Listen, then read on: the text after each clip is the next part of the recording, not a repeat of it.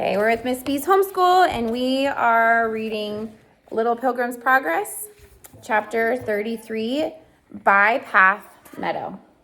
Everybody say hi. Subscribe. I want a ham and cheese sandwich. What? Okay, the little pilgrims left the Valley of Peace early in the morning and traveled along the way of the king all that day. Late in the afternoon, they came to a place where a stile led into a broad green meadow. It was called Bypath Meadow, and it belonged to a cruel and powerful giant named Despair. He was one of the most famous soldiers in the wicked prince's army, and he lived in a strong castle behind the meadow, which could not be seen from the way of the king. This was all written in Christian's book, but he did not think of looking at it just then. The boys were both feeling very tired. They had found the path leading from the river rough and stony, and their feet were sore and aching. Christian stopped when he saw the stile and leaned over it. A fence divided the meadow from the way of the king, but a smooth grassy path ran close to it. Could we not walk on this path for a little way? He said, turning to Hopeful. The stones are so hard and my feet ache dreadfully. So do mine, answered Hopeful. But would it be safe? Then he came to a stile also and looked over. Oh, I think it must be, said Christian. See, it runs close to the fence. We could climb back again anywhere in a minute. Hopeful did not feel quite sure that they were doing right, but as he thought that Christian knew more about the king's laws than he did, he followed his companion into the meadow. The grass was soft and pleasant to their feet, and not far before them another boy was walking along near the fence. Christian called to him, saying, "Can you tell us where the path leads to?" The boy, whose name was Vain Confidence, turned around and replied to the celestial city. "You see," said Christian, "I was right. We shall be quite safe. We can keep behind that boy, and then if there is any danger, we should know of it in time to escape." But Hopeful was not satisfied. Where am I? Oh, and when the night came on and the shadows grew so thick that the figure of Vain Confidence could no longer be seen, he felt frightened. Suddenly a cry was heard and a sound of falling. Hopeful seized Christian's arm and clung to him in great fear, and Christian too lost his courage and began to tremble from head to foot. "What could have happened?" he said, and he called again to Vain Confidence, but he received no answer. Only through the darkness the boys could hear that someone was groaning as if in terrible pain. "I am sure we are not in the right way," said Hopeful, "and it is so dark." Christian did not answer. He knew now that he had done wrong in climbing over the stile, and he wondered how he could been so foolish as to think that any path could be safe that led him out of the straight road. There they are right there.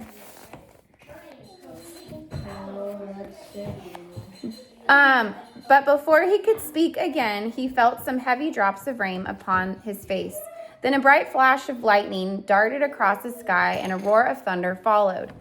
Then rain poured in torrents, and thunder and lightning before more fearful than any which they had heard or seen before. Christian began to cry and to wish that he had not been so careless. "It was my fault," he said. "Oh, Hopeful, I am sorry. I deserve to be killed. But you know, you would never have come if I had not persuaded you."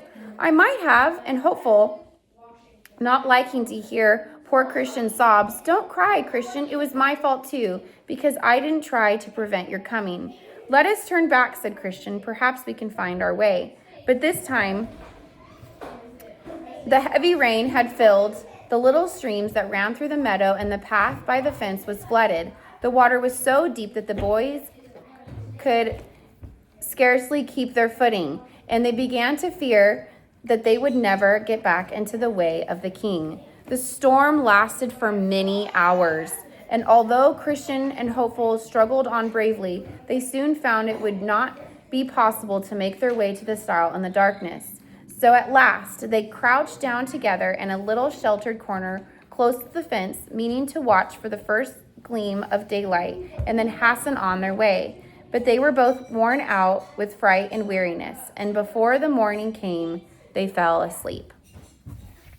We are reading chapter 34, Seized by the Giant, of Little Pilgrims Progress. So the storm passed away before daybreak, and the sun rose in a clear sky and shone brightly over the way of the king. Christian and Hopeful were lying under the shadow of the fence and did not feel the warmth of the sunbeams. So instead of making their way back to the stile in the early of the morning, as they intended to do, they slept soundly and knew nothing of danger that was so close at hand. Giant Despair had heard the storm raging, and he came down from his castle soon after sunrise and walked the fields and meadows to see if any harm had been done by the wind and rain. Last of all, he crossed Bypath Meadow, and on his way home passed by the very spot where the pilgrims were sleeping. Hopeful's dress, which had once been white and new, had become soiled and shabby while he stayed in Vanity Fair. But Christian's armor still looked bright, although it was sadly splashed with the mud through which he had walked the night before. The giant caught sight of his shining helmet among the bushes by the fence, and he turned at once to see who was lying there. They were pilgrims of the king, he said to himself, and he smiled to think that they were in his power. A loud voice roused Christian from his dreams, and he opened his eyes and he saw the giant stooping over him. Despair was a terrible-looking man with shaggy hair and beard and clothes made of rough skins of wild beasts. Christian cried out with fear when he saw him, and this roused Hopeful, who sprang up trembling. What are you doing here?" said the giant. "We are pilgrims," answered Christian, whose lips were quivering so that he could scarcely speak, "and we have lost our way." "You have no right to sleep in my meadow," said the giant, and his voice was so harsh and deep that the boys were more frightened than they had been by the storm. "I shall take you back with me to my castle." The poor little pilgrims knew that they were quite helpless. If they had tried to run away, this great strong man would have overtaken them in a moment. He drove them before him across the fields to his house, which was called Doubting Castle, and put them into a dark dungeon, locking the door behind him. All day long they lay there upon the bare ground without either food or water, and not even able to see each other. Hopeful crept close to Christian, and they clung together, wondering whether the giant would soon come and put them to death. Christian's heart was very full of grief, because he felt that he had caused all this trouble. And now he feared that the giant would kill them both, and that they would never reach the celestial city. The giant had a wife whose name was Diffidence. He told her that he had found the two pilgrims sleeping in his meadow, and that he had brought them home and locked them up in one of his dungeons. Diffidence was very pleased to hear this, and being a cruel woman, she said that she hoped her husband would beat his little prisoners. So in the morning, the giant took his club and went down to the dungeon. When he had beaten the boys, he left them again in the darkness, and they were so bruised by the heavy blows they could not move, but lay upon the ground all day moaning with pain. The next day Despair visited them and seemed surprised to find that they were not dead. He told them that he would never let them leave his castle, but that if they did not wish to die for want of food, they might drink some poison that he might leave with them.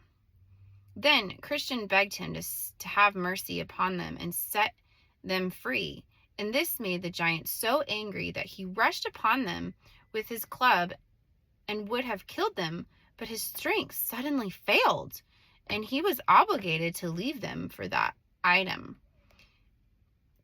In the bright weather, he often had fits of weakness and lost the use of his hands, so that sometimes the pilgrims whom he carried into the castle were able to escape from him. Christian did not know this, and he began to think it was now foolish to hope for deliverance. What shall we do? He said. If we are to stay here and we will die, we will not be better to drink this poison than to die slowly for want of food. I am sure we must not do that, said Hopeful. If we were to kill ourselves, the angels would never come to take us to the celestial city. They only come when the king sends them. Perhaps if the giant is ill again, he may forget to lock the door, and we may be able to slip out before his strength comes back. Let us wait a little longer, and the king may show us a way to escape. Chapter 35, The Key of Promise. In the evening, the giant came down into the dungeon again, hoping to find that his poor little prisoners were dead. But although they were very weak and faint, they were still alive, and they had not touched the poison that he had left with them. This made Despair very angry, and he frightened the little children so much with his terrible looks and words that little Christian fainted quite away. With his senses returned, the giant was gone, and only Hopeful sat by him, rubbing his hands and trying to keep him warm. I think we shall have to take the poison, he said. It's dreadful here.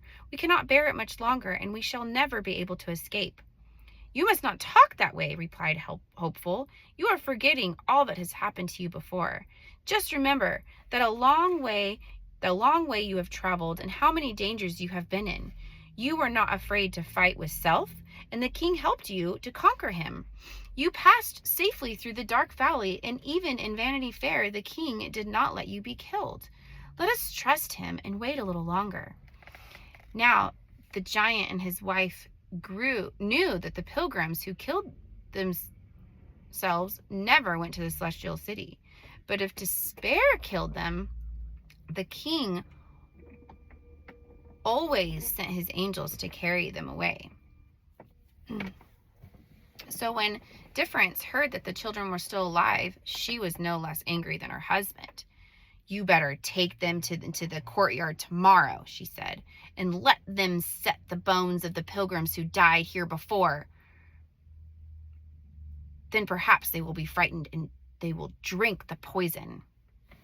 The giant thought that this would be a good plan, and in the morning he brought Christian and Hopeful out of the dungeon and led them into the courtyard, which was strewn all over with bones of men and women and even little children. It was a dreadful sight, and the giant was pleased to see how frightened his little prisoners looked. These are bones of pilgrims, he said. They came into my meadows as you did, and I brought them into my castle and killed them. In a few days I shall put you both to death, like I have others, and your bones will lie here with the rest. Then he beat them once more, and they laid all day in their dark prison, crying together and wondering whether their troubles would ever come to an end. The same came when Despair was talking to his wife. He said that he could not remember how it was that these two little boys were so very brave. Perhaps, replied Difference, they think that someone will come to save them, or they may have a little key hidden in their clothes with which they will open the doors when we are not watching. You have lost prisoners in that way many times. This was quite true, but the giant thought that if Christian had one of the king's keys with him, he would have used it before. But I will search them both in the morning, he said, and he fell asleep. The little key, which was called the Key of Promise, lay in Christian's pocket. It had been given to him in the Palace Beautiful, but in his trouble he had forgotten all about it. Neither he nor Hopeful could sleep that night, and after talking together for some time, they began to pray to the king and beg him very earnestly to help them. He will hear us, said Christian, though we cannot see him, and I am beginning to feel as if we should ever escape at all. The king did hear the little pilgrim's prayer, and he sent one of his bright angels to tell them what to do. They did not see the angels, but a thought suddenly came into Christian's mind, and that thought was really the whisper of the king's bright messenger. Oh, how stupid I have been, he cried. We have stayed here all these days when we might have been gone at once. Discretion gave me a little key, and I believe it will open one of the giant locks. Hopeful sprang up. Let's try it, he said. It might still be night, and no doubt Despair is asleep.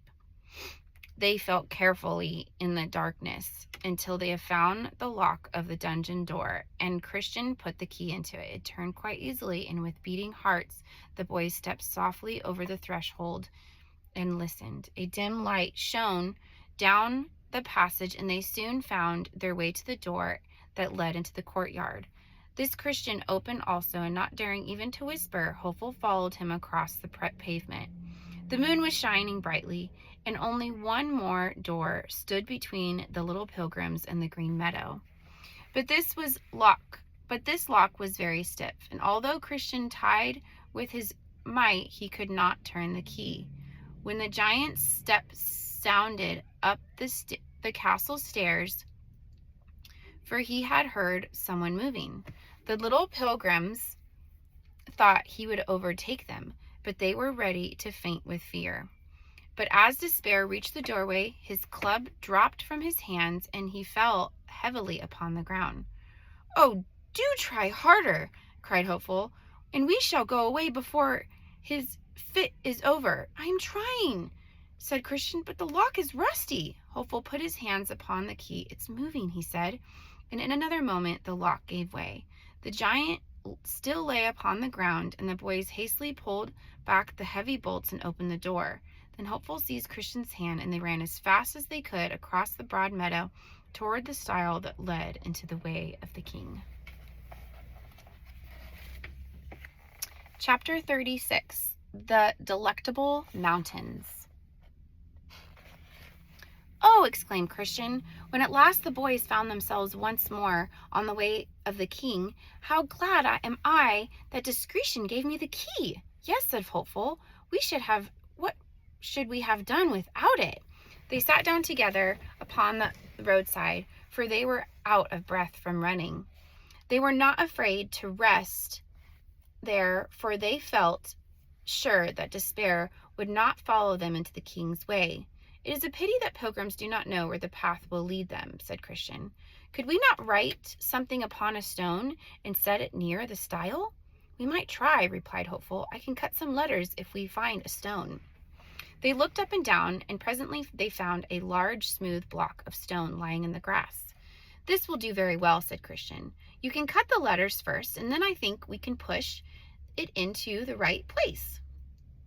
So Hopeful drew out his knife, and after consulting together, they carved these words upon the stone. "This path leads to Doubting Castle, which belongs to Giant Despair. He is the king's enemy, and he tries to kill the pilgrims." Hopeful was some time over his task, but at last it was finished. And before the moon went down, the stone pushed across the grass and placed close to the stile, and no one could pass by without seeing it. "It will perhaps save money," said Hopeful. "It was a good thing that you thought of it." The short summer was soon over, and the sun rose behind the hills. The little pilgrims walked on quietly, enjoying the light and the fresh air, much after spending those terrible days and nights in the dungeon. "What beautiful hills are those?" said Hopeful. "And the way of the king leads over them." "I think they must be delectable mountains," replied Christian. "I saw them far away when I was at the Palace Beautiful. I believe some shepherds live there who are kind to the pilgrims. Perhaps they will give us some food and set us rest a little." Very soon, the children came close to the mountains and began to climb the pathway that led across them. It was not steep and rugged like that upon the Hill of Difficulty. It was smooth and easy, and the slopes on each side of it were planted with vines. Little streams of pure water sparkled in the grass, and trees laden with fruit grew here and there, with spreading boughs that hung over the way of the king, and it screened the pilgrims from the heat from the sun. Christian and Hopeful were very hungry and thirsty also, and they were glad to eat some of the fruit and take draught of the cool, clear water. The shepherds were not far from the path, and when they saw the boys coming, 4 of their number went down the green slope to meet them. "Are these the Delectable Mountains?" asked Christian. "Yes," replied one of the shepherds. "This country is called Emmanuel's Land. It is it belongs to the prince, and it is in sight of the king's city. These sheep are his, and we live upon the mountains to take care of them. Is it very far from Celestial City? Asked Christian, and is the way safe? It is safe for those who love the king, but pilgrims who do not serve him faithfully often fall into danger. Is there any place where the pilgrims may rest? Asked Christian. We are both so very tired. Oh, yes, replied the shepherds. The king has commanded us to do all we can for his servants who pass along the mountains. Come into our tents, and we will take good care of you. So the shepherds, whose names were Knowledge, Experience, Watchful, and Sincere, led the children to their tents and brought them to wash in and gave them plenty of wholesome food. Then, seeing how tired they were, Watchful prepared beds for them, where they slept comfortably and awoke early in the morning feeling refreshed and strengthened.